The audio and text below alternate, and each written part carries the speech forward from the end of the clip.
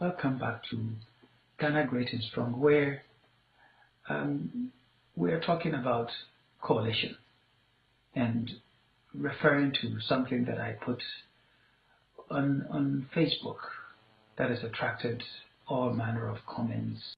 And I'll read some of those comments that I found on Facebook to you so that you would also understand why I have found it necessary to dig deeper into the meaning of coalition for election purposes, for forming government, and so on and so forth. Well, let's take an example from one of our neighbors in West Africa. In Nigeria, a coalition was formed, and this coalition that was formed, in Nigeria was a coalition of 4 opposition parties, and they are the Action Congress of Nigeria, the ACN, the Congress for Progressive Change, CPC, the All Nigeria People's Party, ANPP, and part All Progressives Grand Alliance, APGA. And this coalition, which was called the APC, described itself as a leftist progressive party, although that party includes diverse geographical and political constituencies, reflecting the basis of the founding parties. There are some that came from the north, some from the southeast or the southwest, and definitely the APGA was from the southeast. So it is this coalition that enabled the now President Buhari to remove from power former President Goodluck Jonathan and the political party that he whose platform he used to go through the election. So this coalition of 4 political parties proved to be something that assisted now President Buhari to accomplish what he couldn't do. He couldn't do with only his own political party and his contested elections in prior years. So here, one successful example of the formation of a coalition that has now brought President Buhari, the person who many are looking up to as someone who will be able to rid Africa's most populous nation of corruption, of bribery, of theft of public funds, and perhaps, and hopefully, send its people to a high level of prosperity. If we go past, well, let me not go past Africa yet, just across the way, sharing a border with us on the western side, you go to Cote d'Ivoire, the Ivory Coast, you would also realize that President Ouattara entered into the election that was just held in October this year with a mix of political parties, a coalition. And that coalition, which included people that maybe in prior years had opposed candidature or prevented him from even contesting elections, they all came together and supported him, and he won this election. So another example of a coalition, and one that was also and has also been successful. But more important than that, it is the same coalition that President Ouattara had relied upon these past few years to enable him to successfully carry out an agenda of rehabilitation, an agenda of building infrastructure, an agenda of bringing hope back to Cote d'Ivoire. And I have been there physically, and I can attest to the fact that they are doing well for their country. I hope that they continue to do the right things so that the people, the Ivorian people, can benefit and do well as citizens in their own country. Where we are talking about coalitions, and I want to give you an example. There's one country that has gone through several decades of building coalitions for election and for the purpose of governance. You go back to 1917. In Canada, they had what they called a union government with a prime minister, conservative prime minister called Robert Borden. And he came together to seek a coalition with independent MPs and liberals. And they won a convincing majority.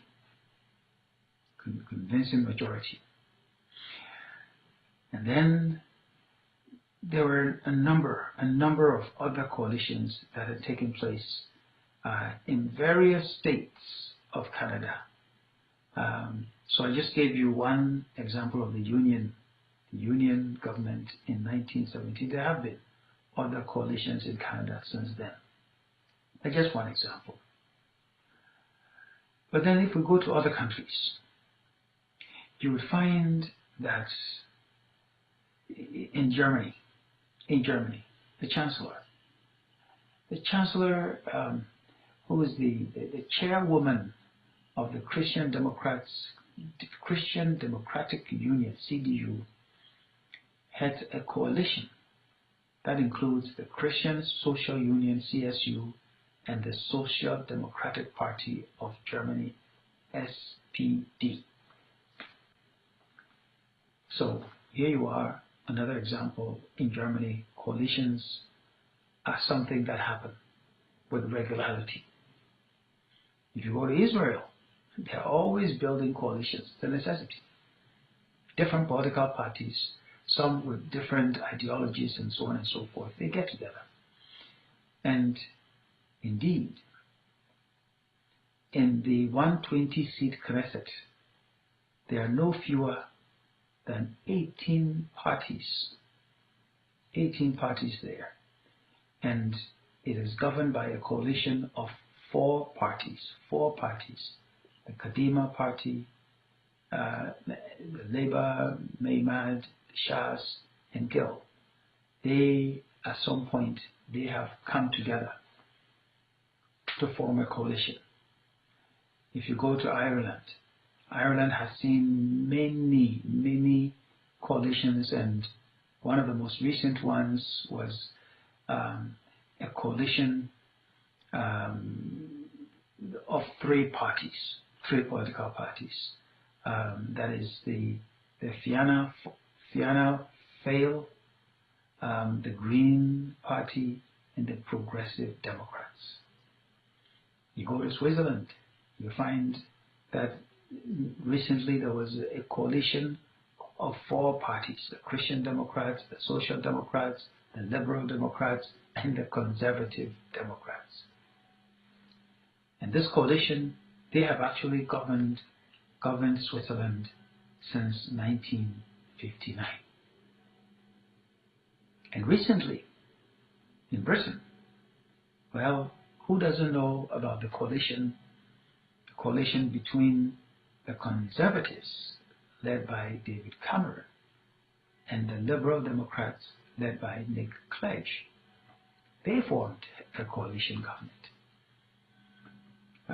Some say it brought some positive things to Britain, others disagree.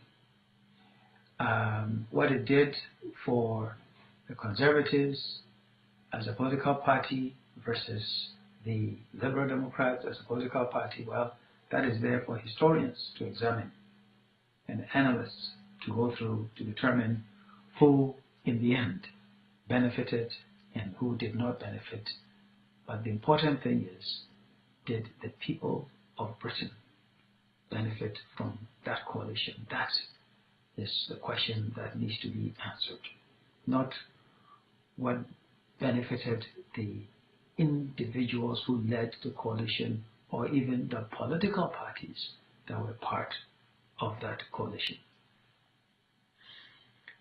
And let's come to Ghana, because I'd like to give you a bit of our own history.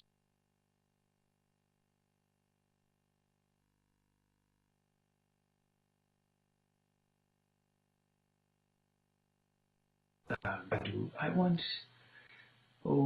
to share with you some of the comments that I got in Facebook.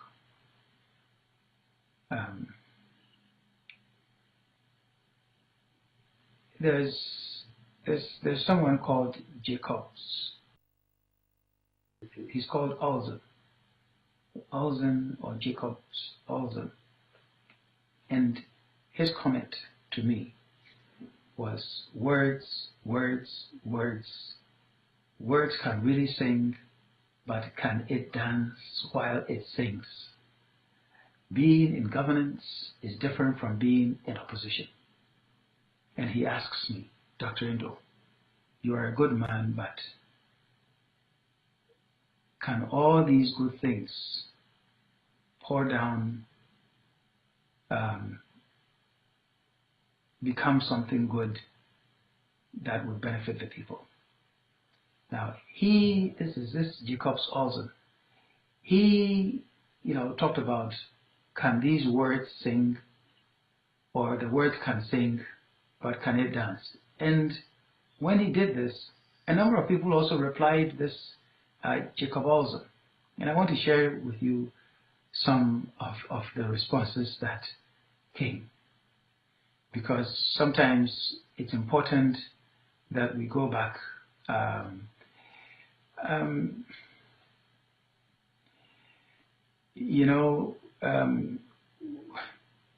whole bunch of people who went back and forth. There is someone who said that, look, if you want to say words to Dr. Indom, you go and be practical and try to bring employment to 1 or 2 Ghanaians. Experience how real life is, and then come back to say words again. Well, when that was said to Mr. Olsen, he came back and said, you can go to hell or whatever, because you can't tell me those unemployed graduates in Ghana today are in party attires. And he says, why does Dr. Indom employ all of them? You see, these are some of the things that we get in public spaces, where people anonymously so-called, even though on Facebook, nobody is really anonymous, because you can really find out the background of an individual as soon as they enter Facebook.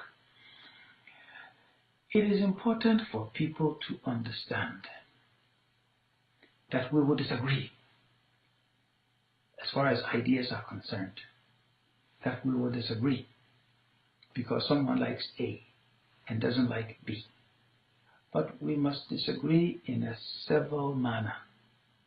We must try to understand those we disagree with and ensure that in disagreement we still remain capable of working together as one people in one nation in hopefully the same direction to accomplish something good for the country that we all say we are citizens of. Many different comments. There's an Anthony Simpson who commented on this, who also said, well spoken. And I know many other parties see PPP as a strong force to work with. We will be with you come rain or shine. And for those who are asking why he did not do that when he had the opportunity, that is, why he did not forge a coalition with other people, go back to history and find out what happened.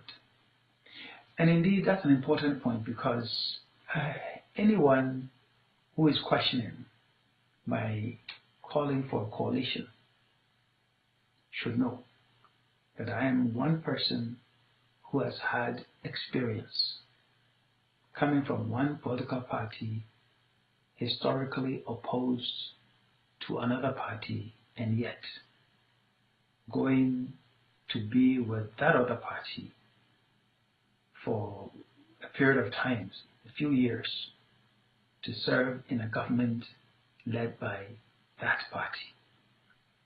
So I understand and I know how difficult it is to be in a coalition to serve the country in government.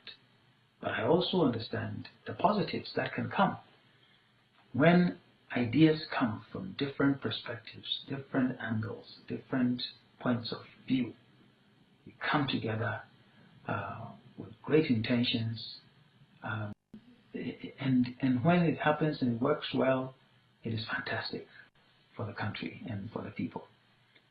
So I can attest to the fact that being in a coalition with like-minded people, positive-minded people, but competent people is good. The issue is whether we can find those competent people, and that somebody wouldn't say that this is my party, this is my government. So those who don't belong to my party, you are just helping. You are tangential to whatever it is that we're trying to do. True coalitions welcome everybody. That's what I am promoting. That is what I am interested in. Well, welcome back to Ghana Great and Strong, where today we're talking coalition. And I am specifically relating to something that I put out there in social media that has attracted a lot of attention and many different comments. Well, Eric Ankra says, I am glad, Doctor, that you are now talking about coalition. Great. Why don't you take the first step by collating with the party that brought you to the limelight? I would be the first to support this your cause if you did that. I feel so hurt whenever you speak against the NPP. I am so happy you have seen the vision. Join and fight together to overthrow the incompetence of the NDC. That is from Eric Ankra. Felix Piano says, Doctor, you speak as an adult and educated person, but please, why was this idea not on board when you were part of government? Or are they coming because you own a political party, which I presume you are in the quest to capture power? Someone called Bambologic, he says, if democracy is not favoring us, why don't we change the style of government then? Democracy is not meant for ambitionless countries like Ghana. That's what he says. And he says democracy deals with countries with large size and population. Well, that's from Bambologic. Emmanuel Obeng says, you are not president, but I see your work in the country. That is from Emmanuel Obeng.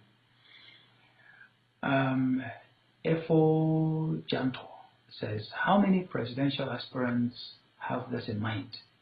Using the best people for the job is the solution to Ghana's predicament. But for corruption, no Ghanaian leader will talk about it, let alone to practice it. Abdul Rahman Karim says, Doctor, you are the best man who can salvage Ghana from the current economic doldrums. Ghana is facing crisis attributable to bad governance and corruption, which is unprecedented since independence. Joseph Tre says the best way to influence Ghanaians before 2016 is campaign for PPP as much as possible and team up with the MPP for power and influence that you have experienced some time ago to effect the change. Then All Shall Pass, somebody who gives his name as All Shall Pass, says, just as goats and sheep are each led by their kinds, so are fools. Doctor, you are too clean and serious-minded for Ghanaians to elect you as their president. Well, let me leave it there. And let's talk Ghana. So what about Ghana? You know, Ghana, our political situation since independence. Let me just read through to you, just to give all of us a certain perspective. Here's what has happened since independence. From 1957 to 1958, you could call it a democracy. In 1958 to 1964, we had what some people called a restricted democratic practice. Then from 1964 to 1966, we were a one-party state with only the CPP there. From 1966 to 1969, we were under military regime. Then 1969 to 1972 was a democracy. Then 1972 to 1979, we went backwards under a military regime. Then we tasted democracy briefly 1979 to 1981.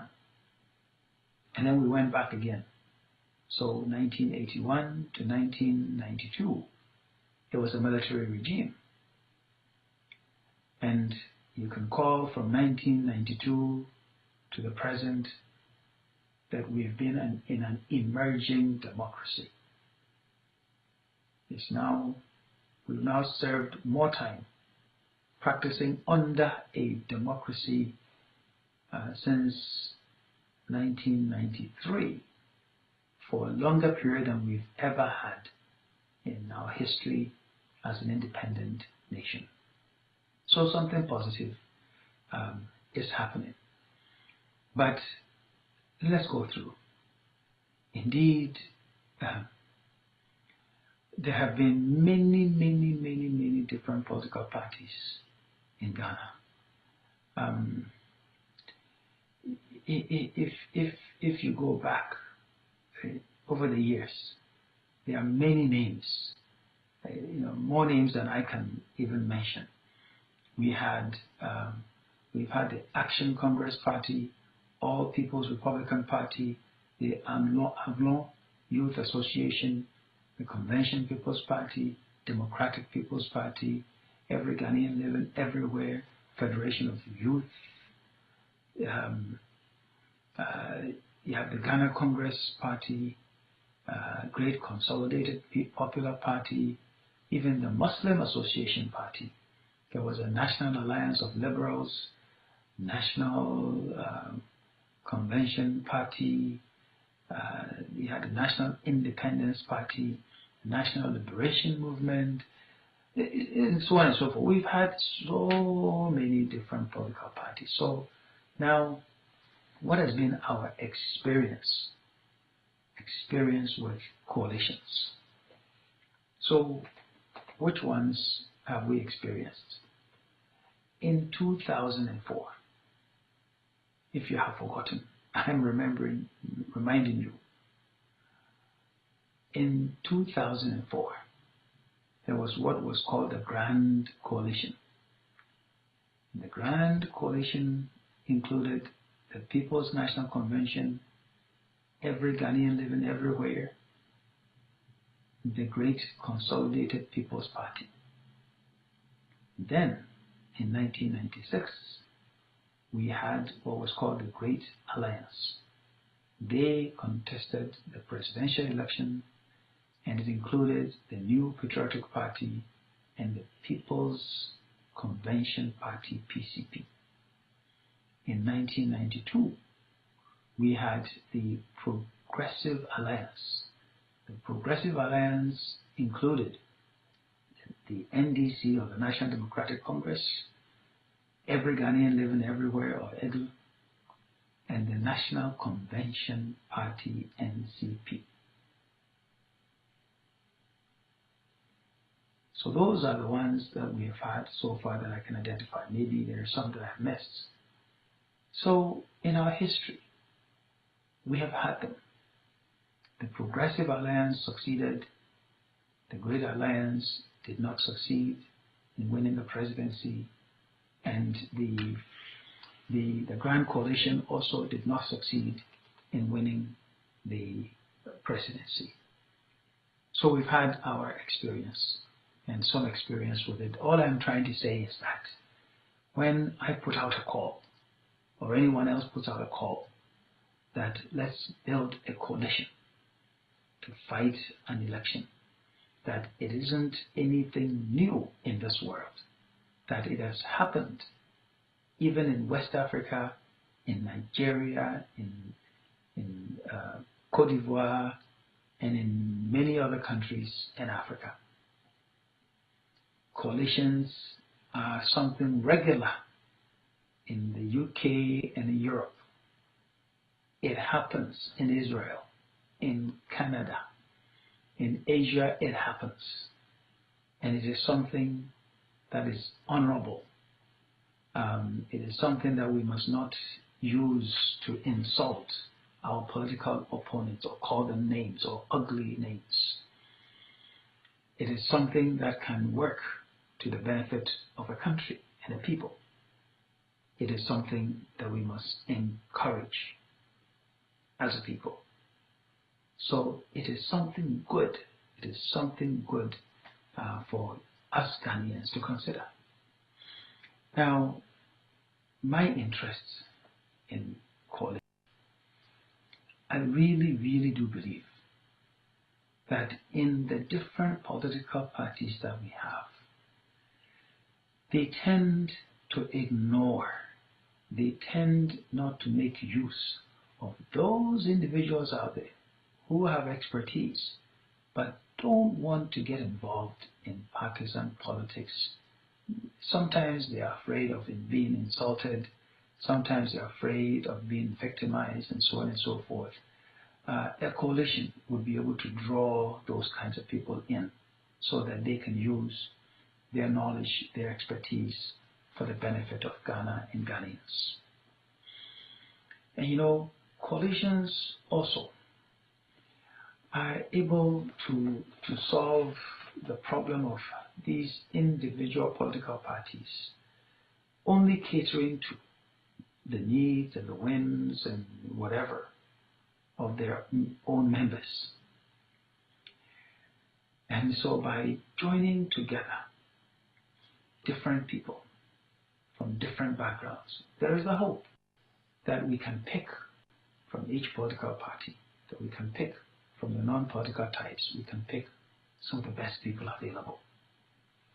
Because the problems that we have as a country, they defy ideology. The problems defy ideology. If you talk about energy, huge energy problem we have, huge infrastructure problem we have, huge unemployment problem we have. It requires the best minds and big money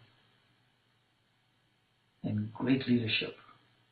So we must band together a few political parties and make them work with only the sole interests of Ghana and Ghanaians as their objective, to make Ghana, the country, great and strong, and also to get the people out of poverty, to make them prosper.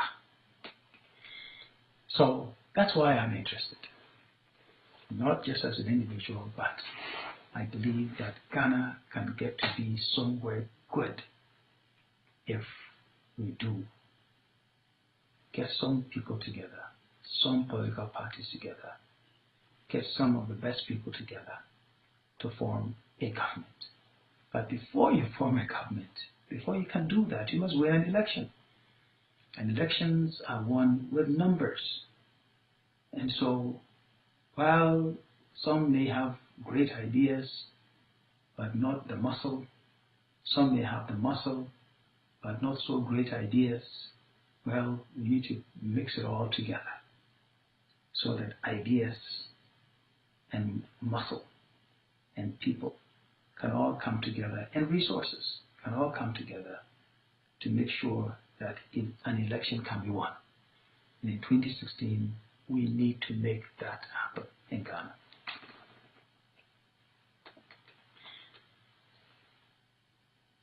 This is Ghana great and strong.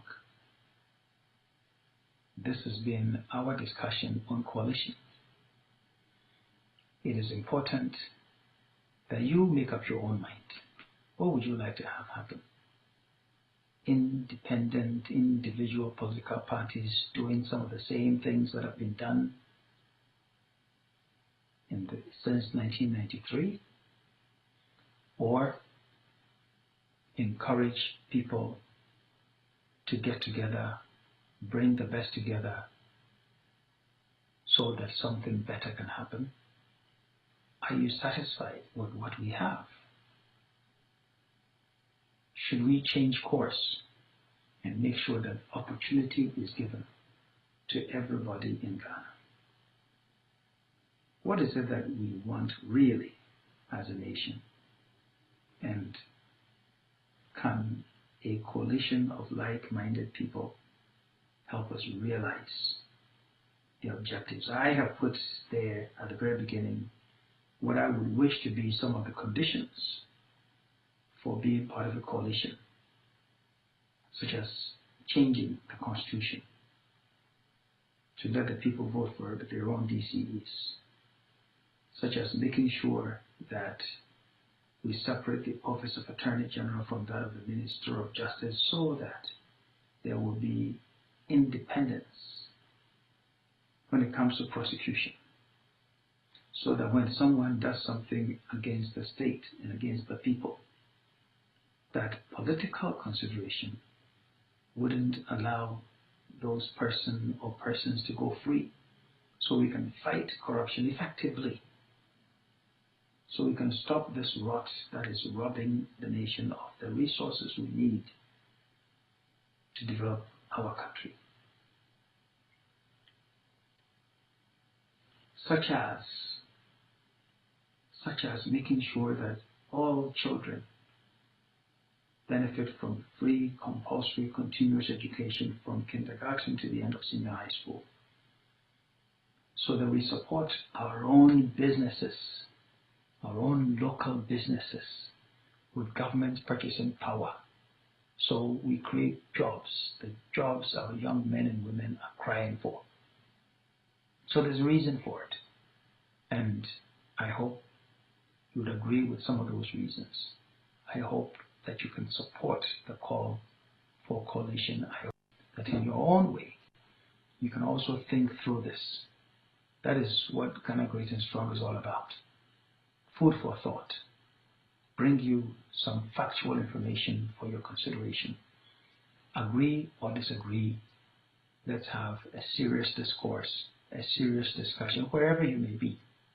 And may the state, may the country, may the people of the Republic of Ghana be the beneficiaries of this discourse, of this discussion. This has been Ghana Great and Strong. I have been your host. My name is Papa Kwesi Endo.